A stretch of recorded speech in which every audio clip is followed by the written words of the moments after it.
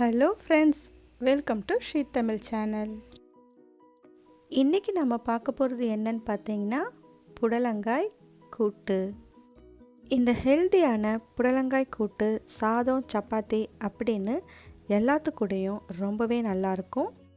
அதுவும் சுட சுட சாதத்தில் கொஞ்சமாக நெய் சேர்த்து இந்த புடலங்காய் கூட்டையும் சேர்த்து சாப்பிடும்போது அவ்வளோ நல்லாயிருக்கும்.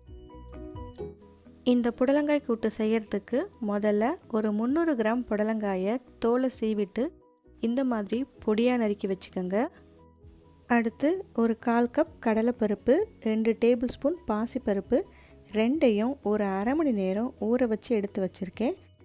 இப்போ இதை ஒரு குக்கரில் சேர்த்து பருப்பு மூழ்கிற வரைக்கும் மட்டும் தண்ணி சேர்த்துக்கோங்க.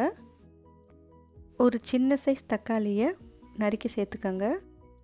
இது கூடவே கொஞ்சமாக மஞ்சத்தூள் சேர்த்துக்கோங்க.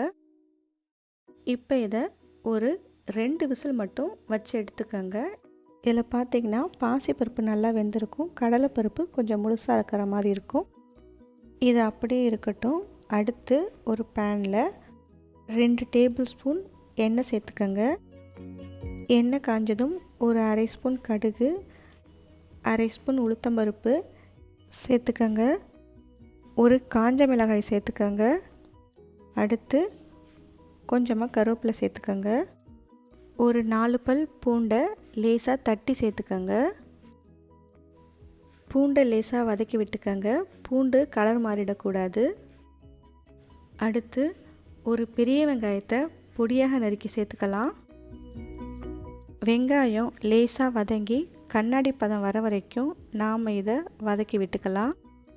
வெங்காயம் லேசாக வதங்கியதும் ஒரு மீடியம் சைஸ் தக்காளியை நறுக்கி சேர்த்துக்கோங்க. இந்த தக்காளி ஓரளவுக்கு வதங்கி கரையிற வரைக்கும் இதை நம்ம வதக்கி விட்டுக்கலாம். தக்காளி ஓரளவுக்கு வதங்கியதும் நாம் நறுக்கி வச்ச புடலங்காயை இதில் சேர்த்துக்கலாம். ஒரு அரை ஸ்பூன் குழம்பு மிளகாய்த்தூள் இல்லைன்னா சாம்பார் பொடி சேர்த்துக்கோங்க. ஒரு முறை நல்லா கலந்து விட்டுக்கோங்க. தேவையான அளவு உப்பு சேர்த்துக்கோங்க. தண்ணி ஒரு 1/4 கப் சேர்த்துக்கோங்க. இப்போ ஒரு முறை கலந்து விட்டுட்டு நாம் இதை மூடி போட்டு வேக வச்சிடலாம். ஒரு 5 நிமிஷம் வேகட்டும். அதுக்குள்ளே நாம் தேங்காயை அரைச்சி எடுத்துகிட்டு வந்துடலாம். ஒரு 1/4 கப் தேங்காய் எடுத்துக்கோங்க. அது கூடவே ஒரே ஒரு பச்சை மிளகாய் சேர்த்துக்கோங்க. ஒரு அரை ஸ்பூன் சீரகம் சேர்த்துக்கோங்க. 2 சின்ன வெங்காயம் சேர்த்துக்கோங்க. ஒரு அரை ஸ்பூன் அரிசி மாவு சேர்த்துக்கோங்க. இது எல்லாத்தையும் சேர்த்து ரொம்ப மைய அரைக்காமல் கொஞ்சம் கொரன்னு இருக்கிற மாதிரி அரைச்சி எடுத்துகிட்டு வந்துடுங்க. 5 நிமிஷத்தில் புடலங்காய் நல்லா சாஃப்டாக வெந்திருக்கும். இப்போ நாம் இதில் அரைச்சி எடுத்துகிட்டு வந்த தேங்காய் பேஸ்ட்டை சேர்த்துக்கலாம். ஒரு முறை நல்லா கலந்து விட்டுக்கோங்க. அடுத்து வேக வச்ச கடலைப்பருப்பு பாசிப்பருப்பை சேர்த்துக்கலாம். திரும்பவும் மூடி போட்டு ஒரு 3 நிமிஷத்துக்கு நல்லா வேக வச்சு எடுத்துக்கலாம். மீடியம் ஃப்ளேமில் வச்சு ஒரு 3 நிமிஷம் மட்டும் நல்லா வேக விடுங்க. 3 நிமிஷத்துக்கு அப்புறம் புடலங்காய் கூட்டு சூப்பராக ரெடியாக இருக்கும். ஓகே ஃப்ரெண்ட்ஸ், இதை நீங்கள் வீட்டில் ஒரு முறை ட்ரை பண்ணி பார்த்துட்டு எப்படி இருக்குன்னு சொல்லுங்கள். தேங்க்ஸ் ஃபார் வாட்சிங்.